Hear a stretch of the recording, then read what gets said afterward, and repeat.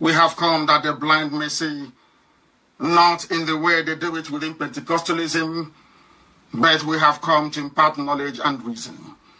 We start this very evening by looking at the very laughable, I say laughable broadcast by Jubril Aminu El Sudani impersonating Buhari. People say we should. I said to them, we cannot leave this very topic. We cannot. That is our way into the destruction of the zoo. We can't abandon it.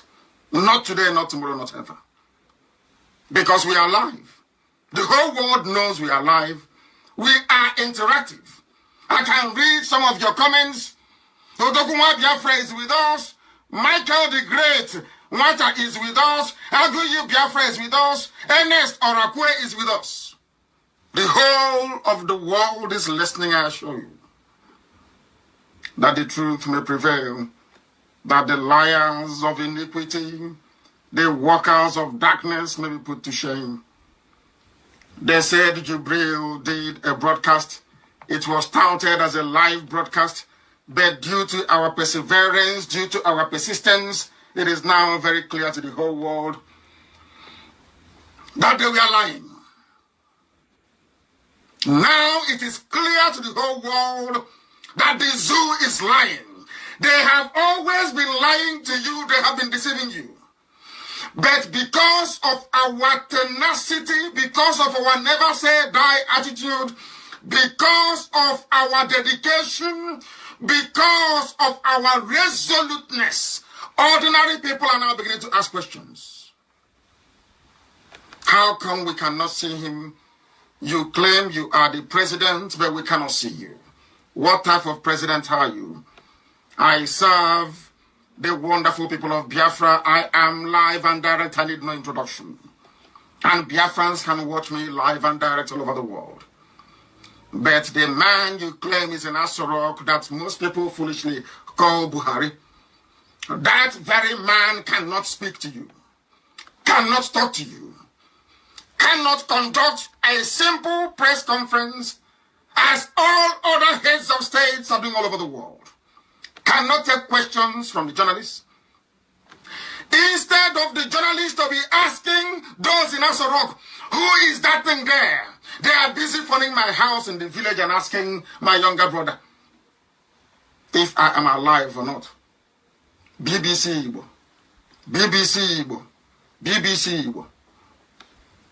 The same BBC cannot ask Garba Shehu if that man with a hole in the neck is Buhari or not.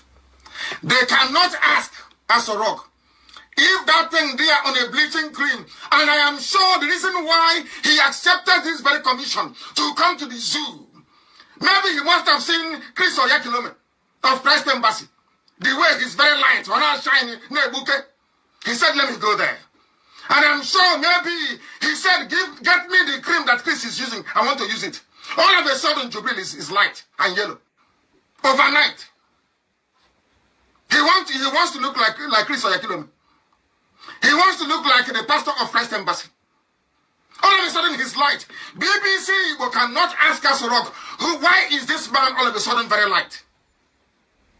Nobody's asking questions. But they had the gut and the temerity to call Isiama Faruku, the land that derived its name from Biafra itself, to ask very foolish question. I am live and I'm direct. And I'm telling you that anybody who has any brain in their skull will see that the last recording of Jubril al-Sudani was not done live. He has not entered the zoo yet, I can assure you. I know the Air Force base that they took them to where they were quarantined. They are still in South Africa. If South Africa will let them come through, I do not know. They have been lying to all of you. And the reason why Yoruba media have not picked up on this very critical point, how should I say, of national survival, is that they are lying to themselves. They want to deceive you because of Tinubu in 2023. Yoruba is hoping to produce the presidency, and because of that, mass deception is allowed. Lying is allowed. Deceiving people is allowed. And these are newspapers and publications and TV houses that swore an oath to uphold the integrity of journalism. All that is gone. All of that is gone. Political expediency. They want the presidency. But unfortunately for them, people no longer buy oil. People no longer buy oil, and because of that, they are gone. They are finished. Nobody wants the useless presidency. It's now like a poisoned chalice. And now what is happening? What is happening is that people continue to allow themselves to be deceived. Here, we cannot allow that to happen. They cover up the truth. They cover up the truth. That is why Nigerian media is always at the forefront of alleged killing, alleged police massacre, alleged army massacre. They cover up their own truth.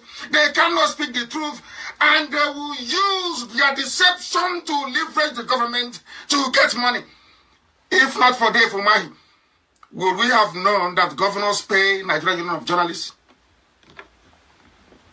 Would we have known that every state government pay the NUJ in that state? Would we have known that the zoo pay NUJ, Nigerian Union of Journalists, the same way they bought over the judges, like I told you? If not for Dave Umahi of Ebonyi, the governor of Ebonyi State, would we have known that they pay money every month to Nigerian Union of Journalists? We wouldn't have known. There is no way we would have known. But now it's very clear. Of course, I do concede that some of them have remained independent. I do concede, of course, that some of them have remained very objective and will report rather objectively. I'm not saying that every journalist is bad, heaven forbid. I'm not saying that every publication house is bad. That's not what I'm saying. There are some people, those of them in channels, television, and a few other places, who have made it a habit to lie and to deceive you. When people are dying in their hundreds in Kanu, instead of them to come out and say that people are dead, they say it's not malaria. Yesterday it was meningitis. Before that it was Lassa fever.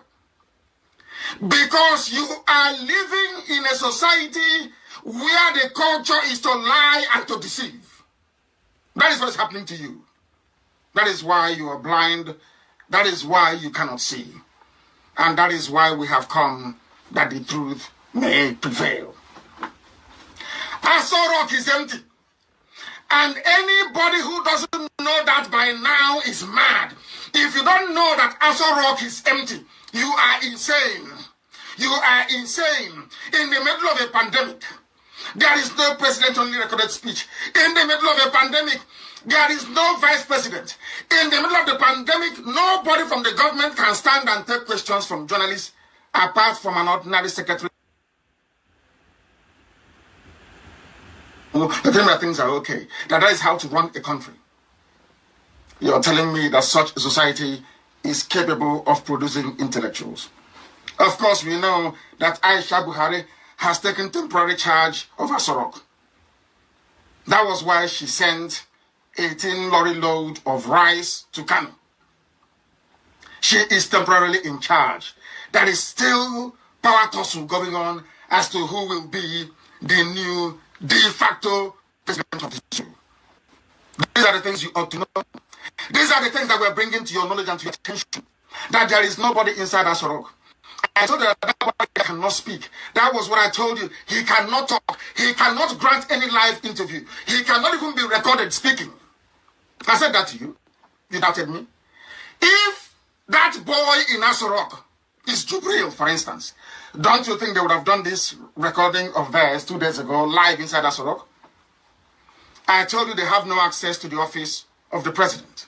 I told you that the biometric is that of Abba Kyari, not even of Jubril. I told you that.